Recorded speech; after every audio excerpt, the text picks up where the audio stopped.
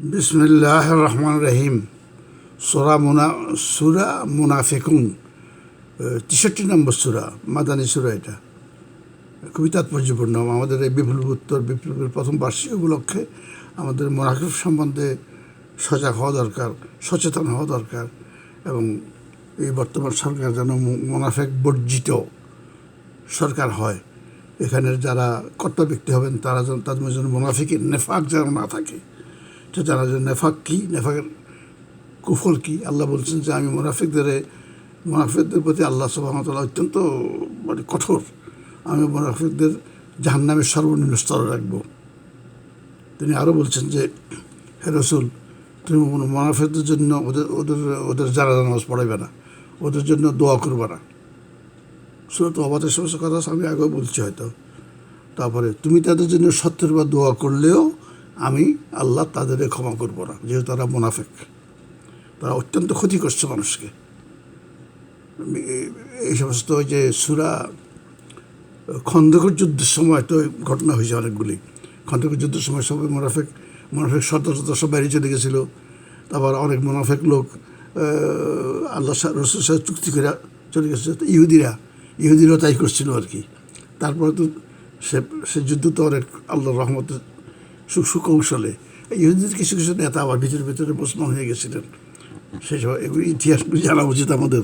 কত কষ্ট করছে আল্লাহ রাসূল, কত সুচারুরূপে সূক্ষ্ম বুদ্ধির দ্বারা।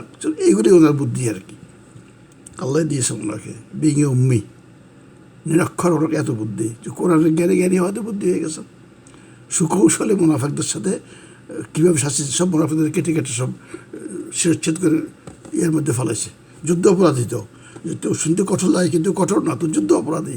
যুদ্ধের সময় তারা শত্রুপক্ষের সাথে যোগ দিয়ে ধ্বংস করতে চাইছিল দেশকে, সেটা তাদের শাস্তি দিয়েছে কঠোর।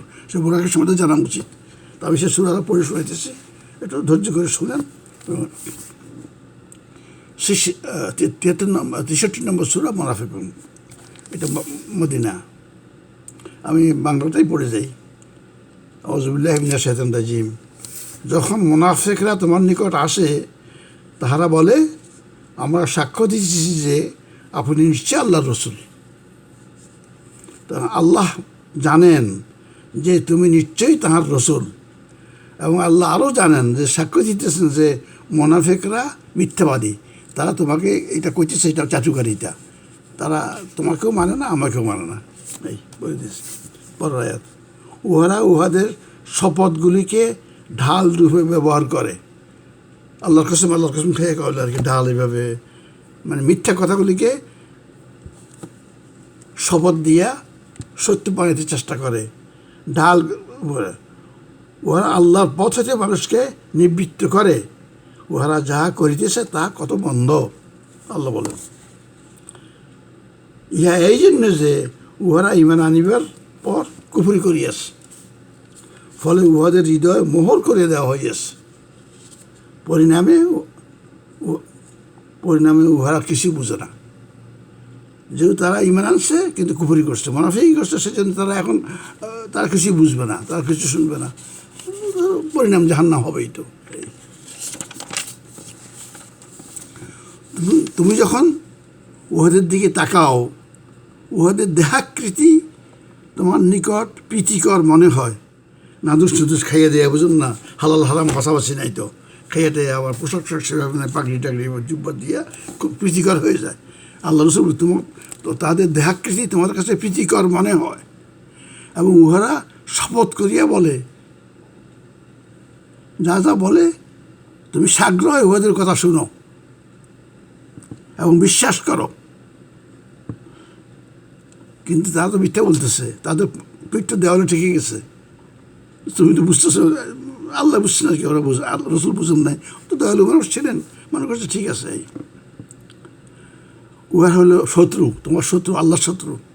অতএব উহাদের সম্পর্কে সতর্ক হও। আল্লাহ উহাদেরকে ধ্বংস করুন, লানত আল্লাহ। বিভ্রান্ত হইয়া ওরা কোথায় চলিতেছে। যখন উহাদেরকে বলা হয় তোমরা আসো, আল্লাহর রাসূল তোমাদের জন্য আল্লাহর কাছে ক্ষমা প্রার্থনা করিবেন, বলো ঠিক আছে চলে আসো, মাফ চাও। তখন উহারা মাথা ফিরাইয়া নেয় না আসবো না, এবং তুমি উহাদেরকে দেখতে পাও উহারা দম্ভ ভরে ফিরিয়া যায়। তুমি উহাদের জন্য ক্ষমা প্রার্থনা করো অথবা না করো, উভয়ই উহাদের জন্য সমান। আল্লাহ উহাদেরকে কখনো ক্ষমা করিবেন না। পরিষ্কার কথা, হি উইল নেভার ফরগিভ মুনাফিকদের। আল্লাহ পাপাচারী সম্প্রদায়কে সৎ পথে পরিচালিত করেন না। উহারা বলে, তোমরা আল্লাহর রসুলের সহচরদের জন্য ব্যয় করিও না, যাহাতে ওই সহচররা আল্লাহ রসুল থেকে সরিয়ে পড়ে। এরা মনে করে স্যারকে টাকা পয়সা দিয়ে আমার সাথে আছে, তা না তো। ওরা তো জীবন বাজি দিয়ে আল্লাহ রসুলের সাথে আছে, সাহায্য করলেও থাকবে, না করলেও থাকবে। তো মনে হয় তো বুঝে না। আকাশমণ্ডলীয় পৃথিবীর ধনভাণ্ডার তো আল্লাহরই, কিন্তু মুনাফিকরা তা বুঝে না। উহারা বলে, আমরা মদিনায় প্রত্যাবর্তন করিলে সেখান হইতে অবশ্যই প্রবল দুর্বলকে বহিষ্কার করিবে, শক্তিশালীরা গরিব দুঃখের বাইরে করে দিবে, মদিনা থেকে বাইরে করে দিবে। তারা মদিনা জয় করতে চাইছিল আর কি, একটা সুযোগ নিয়েছিল, একটা ষড়যন্ত্র আরম্ভ করছিল। এই রসুল তুমি বলিয়া দাও, শক্তি তো আল্লাহরই, আর তাহার রসুল ও মমিনদের। আল্লাহর শক্তি আছে, রসুলের শক্তি আছে, মমিনদের শক্তি আছে। যেহেতু মমিনরা রসুলরা আল্লাহর শক্তিতে শক্তি আতে হয়েছে, তবে মুনাফিকরা এসব জানে না। তারপরে মমিনদের কথা, হে মমিনগণ, তোমাদের ঐশ্বর্য ও সন্তান সন্ততি যেন তোমাদেরকে আল্লাহর স্মরণে উদাসীন না করে। ইম্পর্টেন্ট। টাকা পয়সা কামাইতে কামাইতে ব্যবসা বাণিজ্য ব্যস্ত হয়ে যায়, আর নামাজ টামাজ বন্ধ করে দিয়া হালাল হারাম না ভাইসা খালি টাকার দিকে যেন লেগে না থাকে আর কি। এই ইম্পর্টেন্ট কথা। তোমাদের ধনসর্য এবং আমাদের খুব মেধাবী ছেলে ফেলে আছে, সন্তান আছে, বিরাট বিরাট পড়তেছে, ভালো পজিশন আছে, গর্বিত হয়ে যায় না। এই সমস্ত করতে যাইয়া আল্লাহ রাস্তার থেকে বিচ্যুত হইও না। Don't be proud of anything. আমি তোমাদেরকে যে রিজিক দিয়েছি, তোমরা ও হইতে ব্যয় করিবে তোমাদের কাহারও মৃত্যু আসিবার পূর্বেই। অন্যথায় মৃত্যু আসিলে সে বলবে আর কি, যে ব্যয় করে নাই, সে বলবে, হে আল্লাহ, হে আমার প্রতিপালক, আমাকে আরও কিছু কারো সময় দিলে আমি অবশ্যই ব্যয় করিতাম এবং সৎকর্মপরায়ণদের অন্তর্ভুক্ত হইতাম। কিন্তু যখন কাহারও নির্ধারিত কাল উপস্থিত হইবে, মৃত্যু যখন এসে যাবে, তখন আল্লাহ তাহাকে কিছুতেই আর সময় দিবেন না। তোমরা যাহা করো আল্লাহ সে সম্পর্কে সবিশেষ অবহিত। খুবই সুন্দর কথা। এই কচি কথা, ছোট্ট মুনাফিক সম্পর্কে সাবধান হবেন। মুনাফিকরাই সমস্ত অ্যাচিভমেন্টকে ধ্বংস করে দেয়, বুঝলেন। আমরা তো পাকিস্তান পড়তে দেখে আসছি, তো সে কীভাবে আমাদের মুসলমানরা কীভাবে তারা কংগ্রেসের এজেন্ডা পূরণ করছে, কীভাবে হিন্দুদের ইয়ে করছে, পাকিস্তান হওয়ার পরে তারা কী করছে, কীভাবে নিঃস্বার্থ জায়গা জমি দখল করা, তারপর বিভিন্ন সম্পদ অর্জন করা, এই সময় লেগেছিল। তারপর বাংলাদেশ হওয়ার পরে কী হয়েছে আপনারা দেখছেন। তারপরে গত স্বৈরাচার সময় কী হইল, তার স্বৈরাচার পতন হয়ে গেছে। এখন আমরা একটা আশার আলো দেখতেছি, ছোটো আলো, ক্ষীণ আলো। এই আশাকে সম্পর্ক করতে মুনাফিক মুক্ত বাংলাদেশ করতে হবে।